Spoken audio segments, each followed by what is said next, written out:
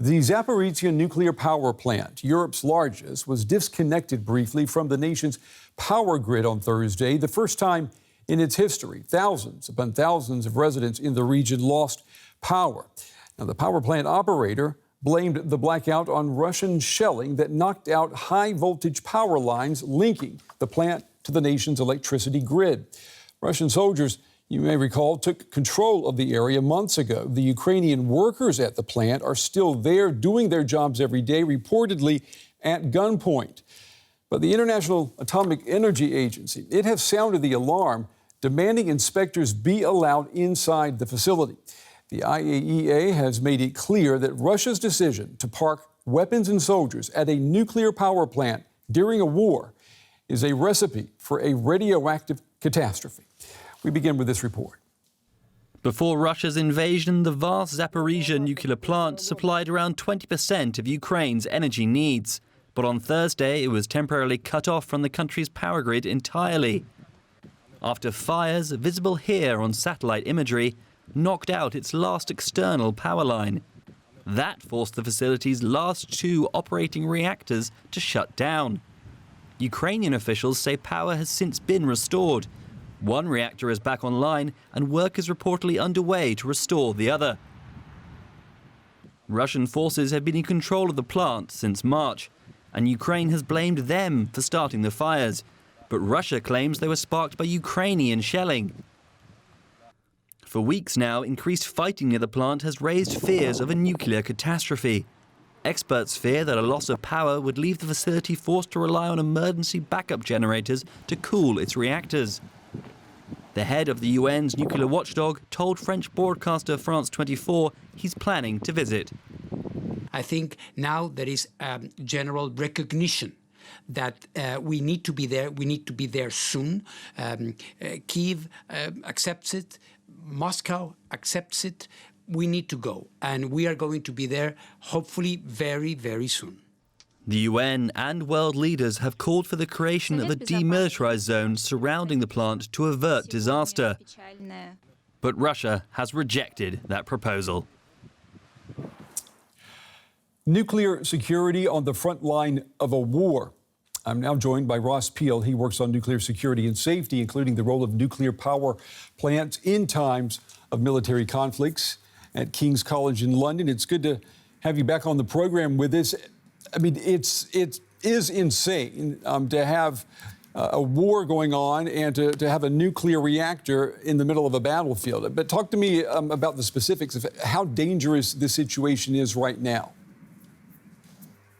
Right now, the situation is very concerning. We haven't yet seen a situation before like this where a nuclear power plant has been on the front lines of an ongoing conflict zone. And whilst there have been examples in the past of long-range military bombing from aircraft of nuclear reactors, often in the Middle East, we've not seen this ongoing fighting on the ground in the vicinity. If this continues, then it could lead to some of those situations that we've just been hearing about from your correspondent regarding fuel melting and the potential for an escape of radioactive material into the environment. Yeah, and Russ, nuclear power plants, they're just that. They're power plants. They are not built to withstand shelling or missile attacks that we see in a war. So this is a situation that there's no handbook or guidebook, is there? No, we are certainly off the previous experience here. Normally, power plants are designed to withstand a certain amount of damage. For instance, in the wake of the 9/11 attacks, it was brought to light that many of them are designed to withstand the strike from an aircraft. But an aircraft is not designed specifically to penetrate through layers of concrete to attack a nuclear reactor, for instance, or a bunker or what have you. So we are very much in uncharted territory here. I would agree, certainly, though, that a concerted attack with shells or missiles could, if deliberately targeted, penetrate through these containment buildings and damage the reactors within. And that would be the worst case scenario, right? If we had a rocket that would hit one of these reactors head on, we're talking about an instant meltdown possibility, aren't we? We're talking about that possibility, yes. We're also talking about an explosion that causes the release of radioactive material into the atmosphere. And it's not just from the reactors, unfortunately, either. There are large pools outside of those reactors, the same as that there are at many, many nuclear power plants, containing used nuclear fuel that remains very hot and very radioactive for several years after being removed from the reactor. This doesn't have all the same protections, so if these outdoor uncovered pools of water were to be hit, it could lead to the removal of that water and therefore the removal of the exposure of the radioactive material to the environment in the same way. And we really can't verify what is going on inside the power plant. We understand that the Ukrainian workers are still doing their jobs. We understand they're doing it at gunpoint by Russian soldiers. That makes then the demand by the IAEA that inspectors be allowed inside the plant even more critical, doesn't it? It's extremely critical that the IAEA is given access to the plant as soon as possible. The workers are doing an absolutely unbelievable job under the worst possible conditions that one can imagine, and to interfere with a nuclear worker going about their duty maintaining the safety of a power plant is inexcusable under normal circumstances. The IAEA needs to get in there. My concern, though, is that when the IAEA's visit is scheduled, be that in 2 weeks or whenever, there will be steps taken to remove some of the evidence of what has been going on at the power plant ahead of time. Ross Peel, as always, we appreciate your time and your insights, helping us to understand the dangers of a nuclear power plant in the middle of a battlefield. Thank you. Thank you. The war in Ukraine triggered a humanitarian crisis in the heart of Europe, millions fleeing their homes and the country.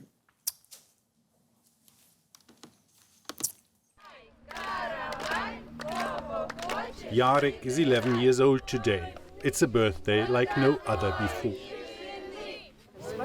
I wish you health, happiness and a peaceful sky above your head.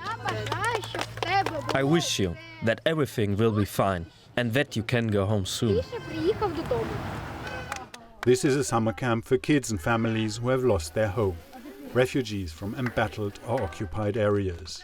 Jarek and his mother fled Kherson, which is occupied by the Russians.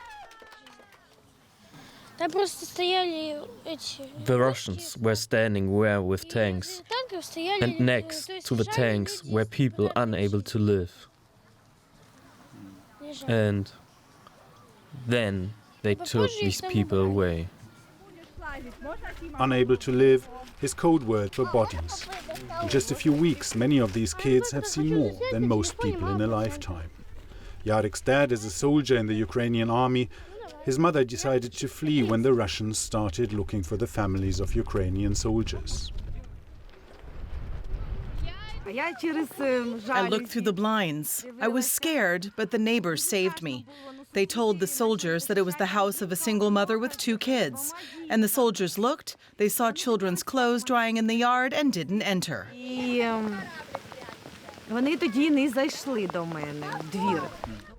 The organizer is Oleksiy Oleynik. Everybody calls him Uncle Lyosha. He wanted to create a space of solace, if only temporary. But the war is always close. He remembers a 7-year-old girl named Masha who asked him to bring her friend. The camp was full, so he told her the friend could come 2 weeks later.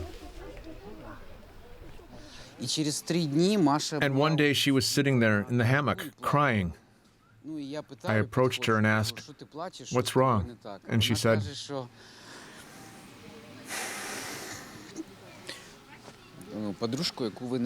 "My friend whom you didn't take." I said, "Yes, I remember. She's coming in 2 weeks." And she said, "She's not coming anymore." I understand it's not my fault.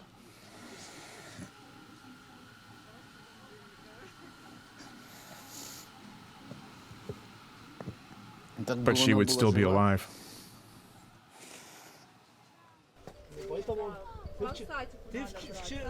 Many here have stories like this, but Uncle Lyosha and the other volunteers try as much as they can to distract everybody with outdoor activities. It's the birthday boy's turn to climb the rocks. Jarek makes it to the top. A victory, at least for today, when so much in his life remains uncertain. We want to bring in now Aliyah Chandra. She is the editor-in-chief at the English-language online newspaper Euromaidan Press, and she joins us tonight from Kyiv. Aliyah, it's good to have you with us. You have spent the last 4 months as a refugee here in Germany. Tell me, what's it like to be home again?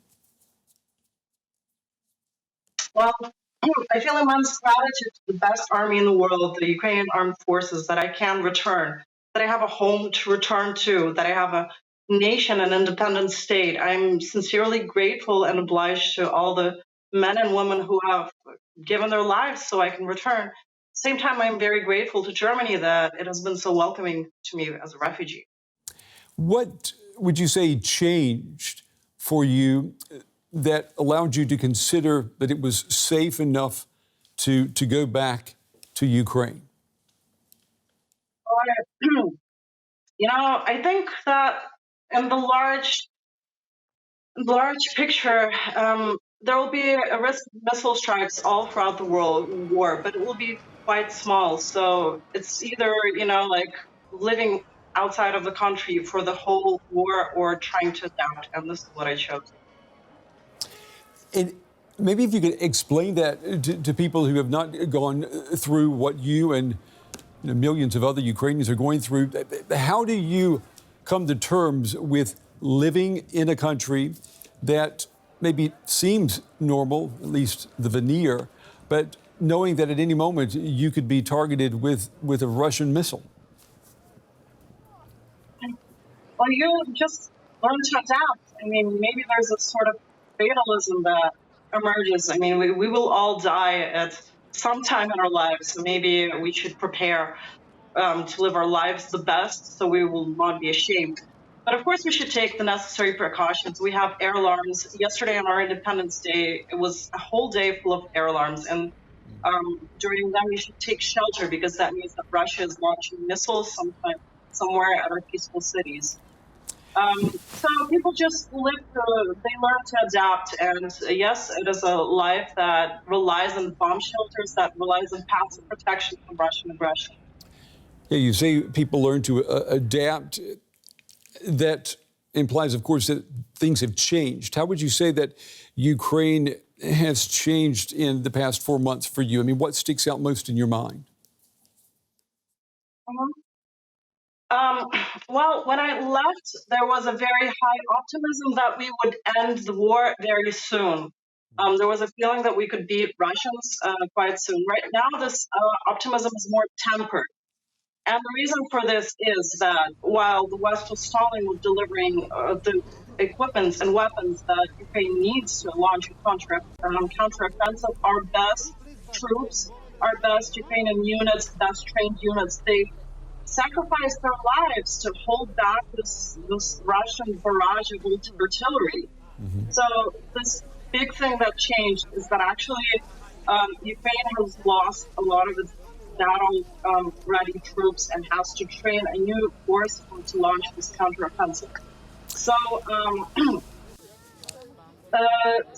basically, but the optimism is still there. Ukraine is united as before. I think the latest poll said that 97% of Ukrainians are absolutely confident that Ukraine will win. Yeah. And that is no small number after 6 months of war. Putin sought to break the Ukrainians' morale, the Ukrainian spirit, but they're united as ever, and they know that they have no other option than to win, because they know what they're up against. They know that they're against fascism. They know that they are fighting for their right to exist as a nation. Mm-hmm. So that has not changed. It is the same as before. But of course, right now we understand that the liberation of our lands, it is forced to be more protracted in time because we do not get the weapons we need right away. Let me ask you, you as a journalist, you were with your children in Germany, and I understand you weren't able to report it, and this is the biggest story of our generation, particularly for you. What was that like? Well, you mentioned I never left for minutes. I was present every waking minute of my day whenever I could. I was present with Ukraine and delivering news from my news outlet, reliable English language news for the world to hear. But of course, it was excruciating not being here, not seeing it with my own eyes, not reporting the stories on the ground. That was extremely painful. And many parents who are journalists are in a situation like me. It's very difficult for them, of course. But more difficult for me was actually to experience how this war that is so urgent here in Ukraine, how this urgency is not felt in Europe, how it still feels like somebody else's war that's far away. Well, here we're actually protecting with our own blood freedom of Ukraine and Europe. We're protecting Europe from fascism, from full-blown fascism. And actually, I was very surprised that Germany, which should know from its recent history, that fascism must be stopped when it can. It was very difficult being in a reality where people were not feeling the urgency of this war. We're not feeling the tragedy of the mounting tragedy of Ukrainian losses, of Ukrainian grief, and Ukrainian anger at these atrocities. Aliyah Chandra, the editor-in-chief of the English language online newspaper Euromaidan Press. Aliyah, we appreciate you sharing your time, your insights, and your personal stories, too. We wish you all the best. Thank you. Thank you. 6 months of war and no end in sight. Let's bring in Bill Roggio. He is a senior fellow at the Foundation for the Defense of Democracies. He joins us tonight from Medford, New Jersey. It's good to have you on the program. The news today coming from the Kremlin. Russian President Vladimir Putin, he has signed an order to boost the armed forces by about 10%, about 140,000 more soldiers. What do you make of that?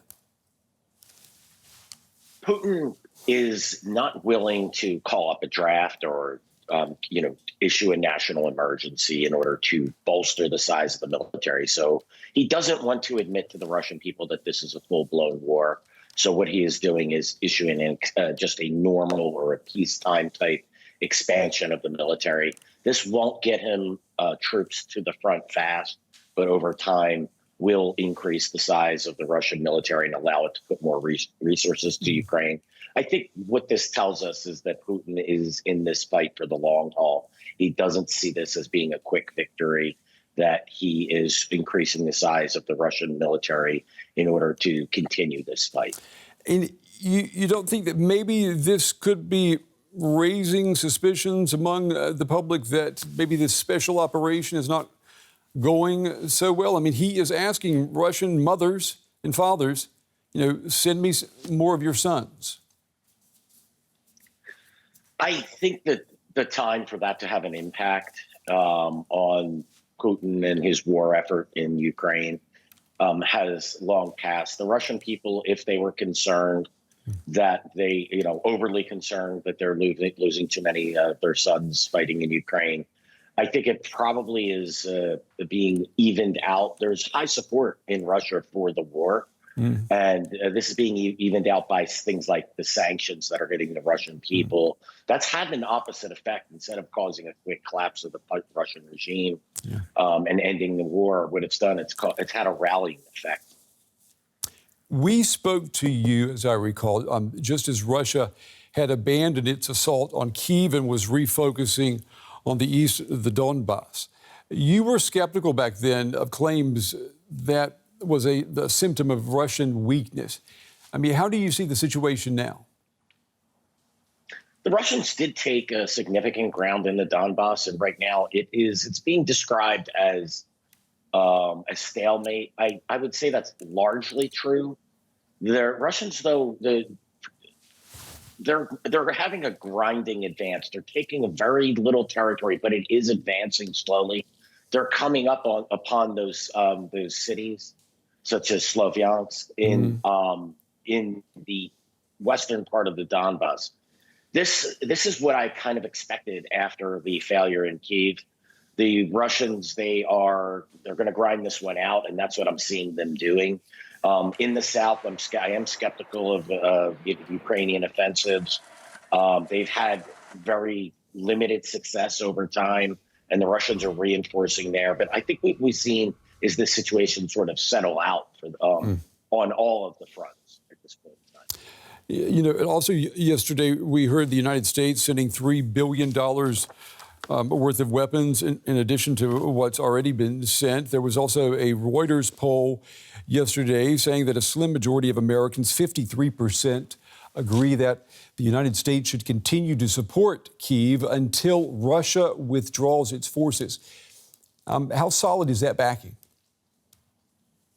That I would be very concerned if I was President Biden or American policymakers supporting the Ukrainian government.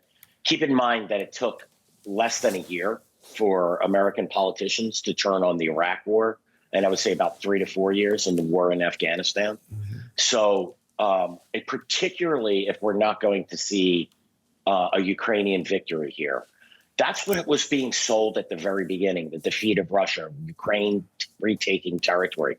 But as gas prices remain high, because partially, and this is what when President Biden said blames Russia for the high gas prices, it didn't have the effect that he wanted. He thought it would rally the American people. But what it may do, things like and also support in Europe, right, with the high fuel prices and energy prices, this could have an opposite effect of wanting people to get out of this war. So I would be very concerned about those numbers. Yeah, and we know the United States bearing by far the biggest burden of supporting Ukraine. We've also seen this when it comes to NATO defense spending. How sustainable is that? And let's just talk about attention again. If there were to be a major conflict with China regarding Taiwan, and it would demand the U.S.'s attention, would that just completely vaporize popular support for supporting Ukraine, in your opinion? It would. I mean, look, this is a president that ran on ending the endless wars, right? And now the U.S. is involved in a war in Europe that isn't going to be quick. It looks to be going to a lengthy, at least at a stalemate, so that war isn't ending. And when the American public figures out that it's shouldering 5 times more of the burden of this war than Europe, and this being touted as a defense of Europe, that is not going to go over well. That with a high isolationist bent here in the United States, the U.S. had trouble fighting in Afghanistan and Iraq. These are 2 small-scale counterinsurgency type wars. If there was a war with China over Taiwan and the U.S. was providing the support in Ukraine, I am highly skeptical that the U.S. would be able to shoulder the burden of 2 major wars when it couldn't shoulder the burden of 2 minor wars. Yeah, that's a very good point. And you hear people today say, a war with 2 fronts out of the question. Bill Rogier from the Foundation for the Defense of Democracies. Bill, it's always good to talk with you. We appreciate your time and your insights. Thank you. Thank you. It was a pleasure.